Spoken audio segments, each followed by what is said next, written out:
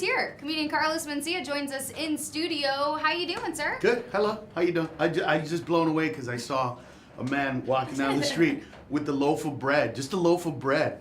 That's what we do in New England. No, but it's the juxtaposition of all this cool equipment, this new camera, and a guy walking like old school back home with the loaf of bread. This is strange juxtaposition. Like my mind was like, oh my God, this is so 27, and that's like 1950. Yep, milk and bread. Right? Mm-hmm. So cool. So we might get some snow tomorrow. So that's what I hear. Is it weird because I come from California, so all this cold and snow is like fun. It is. It's fun. So I'm that idiot. No, you're not at all. We love having you here. Excited to have you. So we're happy to have you in town in Providence. You're doing a New Year's Eve weekend special at the Comedy Connection in East Providence. This is super cool. You are doing 6 shows tonight, Saturday, and Sunday. It sounds like it's going to be a good time. 6 shows packed into one weekend. Tell us a little bit about what's happening and what you're looking forward to.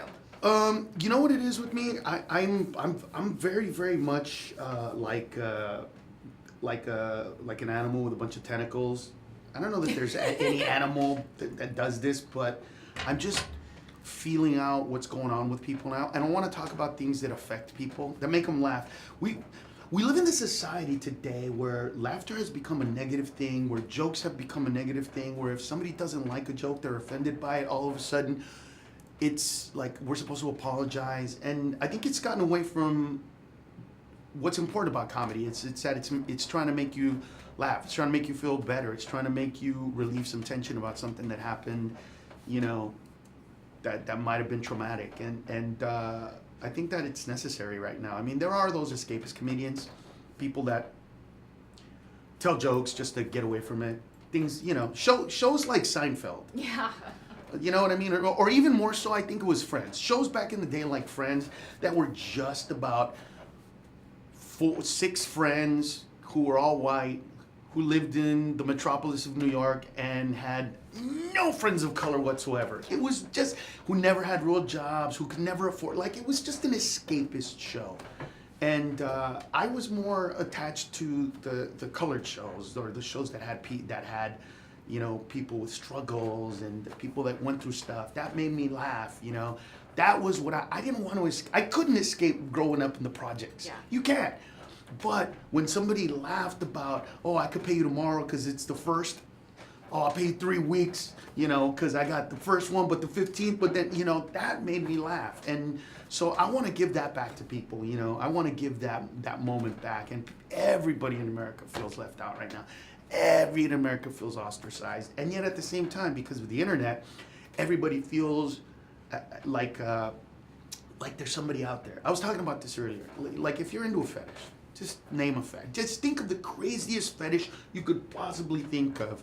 20 years ago, you had to work really hard to find the same person that liked your same fetish. And you knew, man, we're crazy, right? Oh, hell yeah, we're crazy. But we like what we like. Today, that same person immediately finds a group of people around them that think the way that they do, that have the same fetish.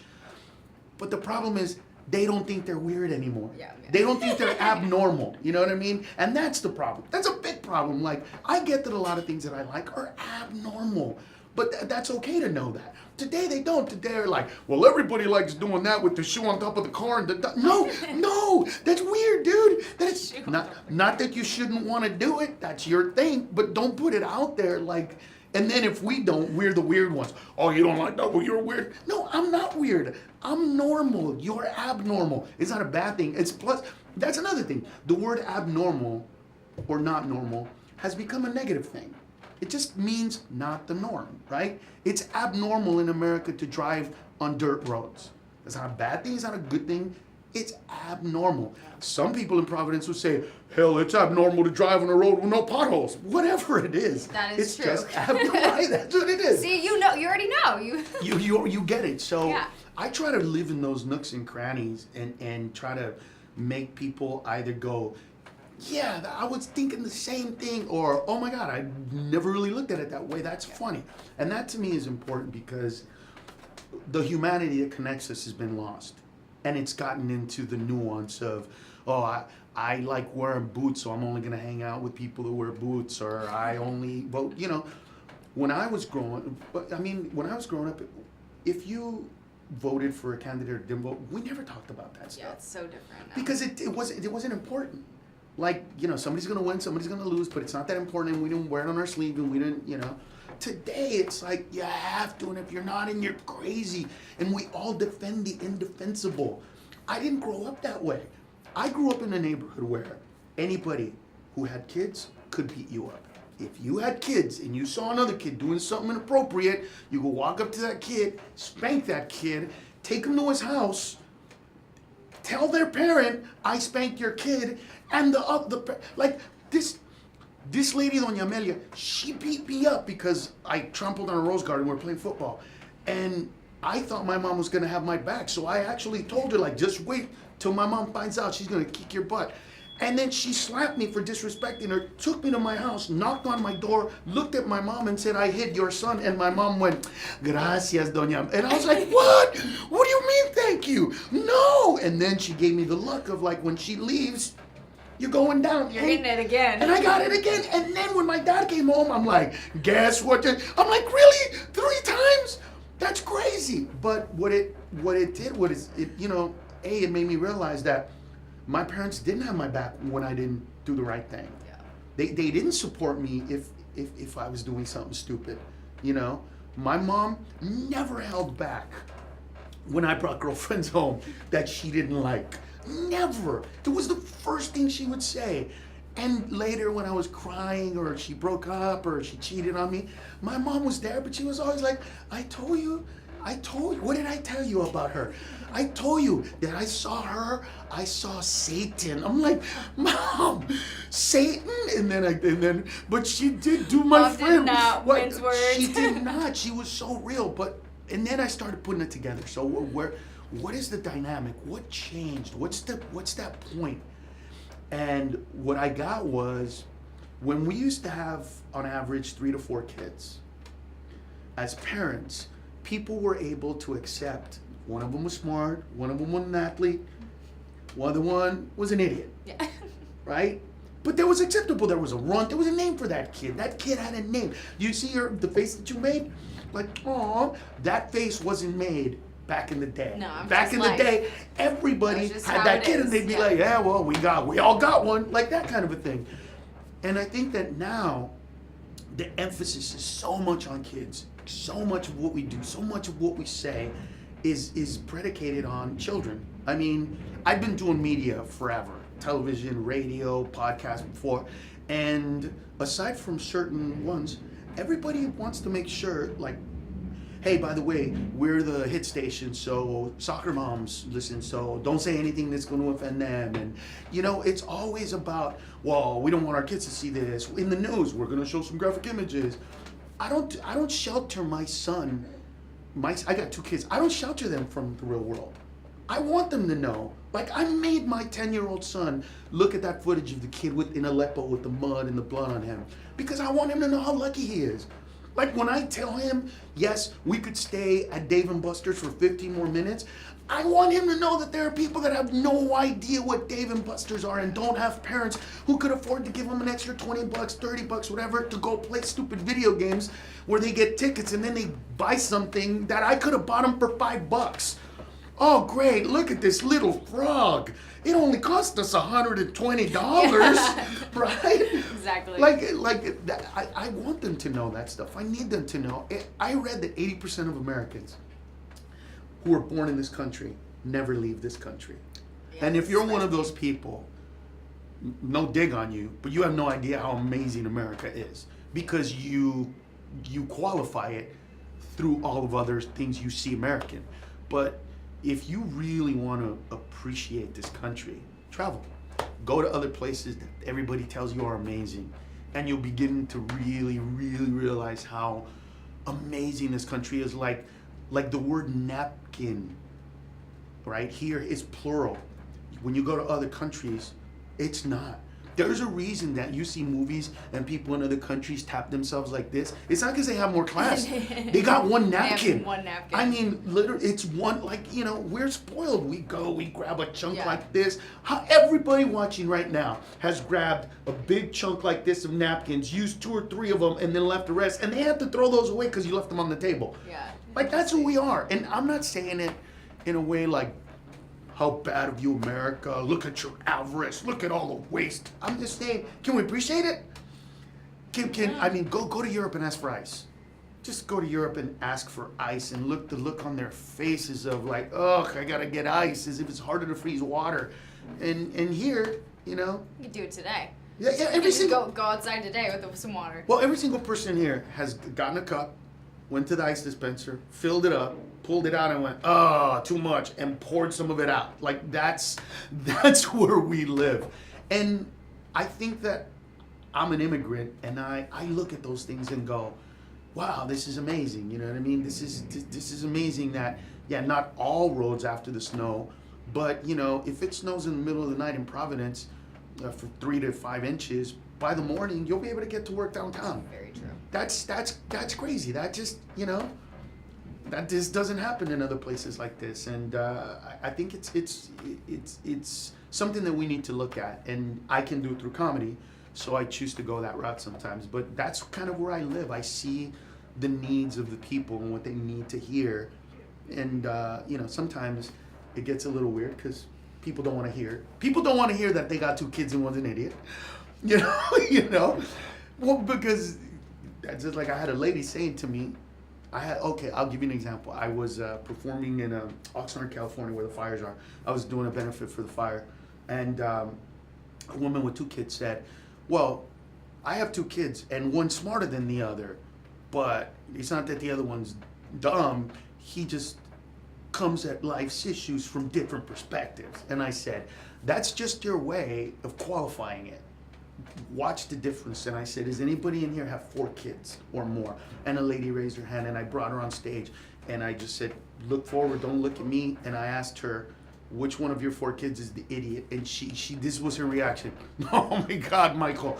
And I said, do you see the difference? She has 4 kids. She's able to accept that Michael is Michael because she's got 3 other ones to depend on. You got 2, so you're like, well, he's not really, he's just different. And this to me is something that we need to talk about too, because it's one of those, you know what it is? You're entitled to your own opinions, not your own facts. And everybody wants to make facts their own today. Everybody does. And so there's got to be somebody to say, you know what, can we look at this with reality? Look, we all got to deal with reality. I wanted to be the next Richard Pryor. Here we are. I'm the Carlos Mencia. Whatever that is. It ain't the next Richard Pryor. It ain't the next Chris Rock. You know, that's what we shoot for. Will it happen in the future? You never know. But at this point, if I died, I didn't make it. And that's okay. Because my career is what it is. It's my journey, my life. I appreciate it. I remember where I started, and that's good. But that's healthy too. I don't think that we have that kind of health anymore. I think that we live in this society where when you see things like that, you're disappointed and suicide is up. I mean, I just think that there's a way to fix that. Interesting that you talk a little bit about that. Talk a little bit about your career. You've been going at this for a long time. I was listening to some of your podcasts. You mentioned that, you know, going way back, you've recorded many of all of your stand-up material. You've been doing this for a very long time. Yeah. I want to talk to you about, I mean, you've had stand-up specials on HBO, on Comedy Central. Many of you might recognize him from Mind of Mencia, which was his very popular, outstandingly popular show on Comedy Central. But now here you are once again on tour. You've been doing this for a long time. What keeps you going back to doing stand-up? Life. You can't turn that switch off as a comedian. Real comedians, you know, some comedians get into this and when they become popular, they leave it. They love movie acting more than anything else. And then there's guys like me who love it, and I could never stop doing it, only because I wake up in the morning, I see something, and I literally, my brain just goes, oh, did anybody see that? You know, or something inspires me, you know. Today something inspired me. I want to go get coffee, and the guy says, I'll be your barista. And I thought to myself, you know, when I was growing up and somebody worked at a coffee shop, they just the guy at the coffee shop. It was just that guy It was making just the coffee. person at the coffee shop, the guy that makes coffee. And now I have to call him Something fancy. a barista so he feels better about his job, as if what I say in any way changes the fact that he makes my coffee. You make my drinks. You're a bartender because you tend the bar. I mean, well, I'm a mixologist. You're a you're tending the bar. Like, really? Libations. It's just why? And it's that feeling like, you know, well, I'm a comic, not a comedian. I'm a comedian. Shut up. You tell jokes and you make people laugh. We make up stuff and, you know, I mean, we make good money at it. Even those that are not that great. A not great comedian who works the road can make $50,000 to $70,000 a year. Not the best of all time, not the great. That's great money. So just like be happy. But no, everybody wants a title. Everybody wants to feel sorry about themselves. I read something that was so strange. Kids were tested in this country, academic achievement, and I think that we were number 32 or number 36, right? American kids. Number 1 in self-esteem, number 36 in academic achievement. That's where we're at. Kids are feeling good. We feel good about ourselves when we haven't accomplished anything. And At least we're number 1 in something, right? We got that. well, that's what it is. But here's what it is. All right, if you're in a relationship and you wanna be happy, I'll give you an example. All right, a truth that will set you free and make you very happy in the relationship you're in. If you're with the person that you love, look at that person right now and remember that's the best you could do. And if you accept that, you will truly be happy. You won't be sitting around looking for anybody else. You won't be sitting around thinking about anybody else. You won't be hypothesizing about who. You will know this is the best I could do. And if you can live with that, if you can tell yourself that and truly be there, you'll truly be happy. And everybody right now that is looking, thinking, man, that's kind of mean. That's because you think you could do better, and you're going to end up doing something stupid in the relationship at some point in that belief. That's it. It's really simple. It's the best you could do. And here's the thing. There's a lot of people right now that are ugly and overweight like me, looking at each other going, you're the best, you're the best. It's always the semi-attractive and more attractive people that think they could do better, and those are the ones that end up in a lot of relationships. Why? Because they think they could do better. I'm just saying, this is my gift to you. So before we let you go, because you do have a show tonight, you have 2 shows tonight. 2 tonight. 2 tonight, 2 Saturday, and 2 Sunday, which should be super fun.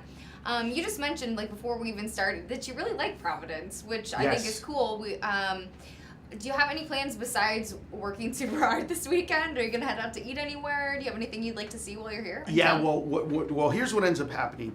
Tonight at the you end work of really hard and then shows, sleep? but, excuse me, there will be at least 2 handful of people that are going to tell me what the best local Mexican restaurant is to eat here. Cool. I don't ask for it.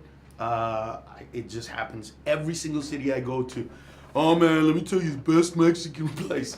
So actually next year I was actually thinking of doing a web series where I just go to different Mexican restaurants in every city I go to and find out which one I think is the best, or because It'll be fun. but that's because, so I will end up at least 2 to 3 Mexican restaurants. I'll find some really cool local places and 1 or 2 of them just because I'm here for a limited amount of time. And then, you know, some people say, hey, you got to go to this place, or go to that place, or this speakeasy, you'll find some really cool places. Like the coolest one so far is in downtown Milwaukee. There's a phone booth, and you have a specific number, and you hit that specific number, and it rotates. That's awesome. And then all of a sudden, you're like in a 1920s speakeasy. That's really neat. Yeah, and it was so cool, and I found that because, you know, I was on stage, we were having fun, somebody sent me a drink, and I said, where's a good place to go have? You know, and a bunch of people mentioned the normal spots and, you know, the gentlemen's clubs and all that. But then somebody said, yo, man, there's this really cool speakeasy, but it's a real speakeasy. And I went, doop, to everybody, let's talk after. And, you know, you find places like that. And here, there's a lot of little cool spots like that. There's a lot of little cool spots where they're like, yeah, this place used to be a something else, but now it's a this. And you're So like, Rhode Island. what? What? It used to be what? Right? That's so, yeah, there's so many Rhode little cool Island. places. Even the comedy club used to be a bank. The vault of the bank is actually the green room of the comedy club.